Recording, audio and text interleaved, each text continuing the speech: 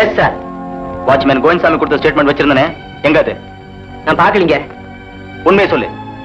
நேற்று ராத்திரி வச்ச ஸ்டேட்மெண்ட் எப்படியா காண போவோம்? நீ தானே டியூட்டில இருந்த? நிச்சயமா எனக்கு தெரியாது, நான் பாக்கலீங்க. You corrupted beggars. அனாமிகா. ஆமா சார், இந்த ரிப்போர்ட்ல எல்லாம் விளக்கமா எழுதிருக்கேன். இத பத்தி போலீஸ்ல ரிப்போர்ட் பண்ணிட்டியா?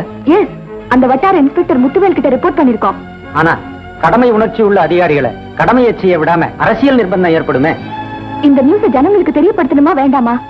அந்த ஏழை பெண்ணுக்கு நியாயம் வாங்கி தரணுமா வேண்டாமா? நிச்சயமா நியாயம் தேடணும். மனச்சாட்சி உள்ள ஒரு பத்திரிகைக்காரனுக்கு இதை விட வேற என்னமா கடமை இருக்க முடியும்? Thank you very much.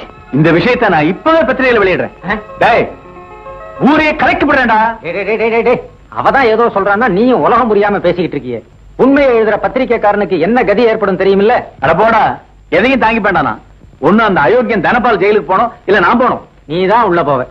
ஆனா நீ மட்டும் தனியா போக மாட்ட, நாங்களும் கூடத்தான் வருவோம். கவலைப்படாம போ. அப்ப அங்க சந்திப்பேன்டா. ஒரு ஆதிவாசி பெண் கற்பழிக்கப்பட்டதோ, அதுக்கு சாட்சியா இருந்த ஒரு வாட்ச்மேன் கொலை செய்யப்பட்டதோ நம்ம நாட்டுல நடக்கிற சாதாரண கிரிமினல் குற்றங்களை ஒண்ணுன்னு நம்ம ஒதுக்கி தள்ளிட முடியாது. இந்த குற்றங்கள்ல சம்பந்தப்பட்டிருக்கிறது ஒரு மந்திரியோட மகன்.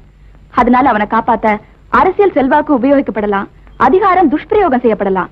அதனால பத்திரிகைகளோட உதவி எனக்கு ரொம்ப தேவைப்படுது. இந்த கோரிக்கையில் உள்ள நியாயத்தை நீங்க தான் விளக்கமா எழுதணும். விளக்கமா எழுதலாம், but there will be political pressure. எல்லாம் இருக்கும். ஆனா நெற்றிக்கண்ணை திறந்தாலும் குற்றம் குற்றமேங்கிற நெஞ்சு துணிவோடு நீங்க நிமிர்ந்து நின்னா நிச்சயம் நியாயம் கிடைக்கும். ஆட்சியில் இருக்கிறவங்களும் தவறு செய்யறதுக்கு பயப்படுவாங்க. பத்திரிகைங்கிறது ஜனநாயக மாளிகையோட 4 தூண்கள்ல ஒண்ணு.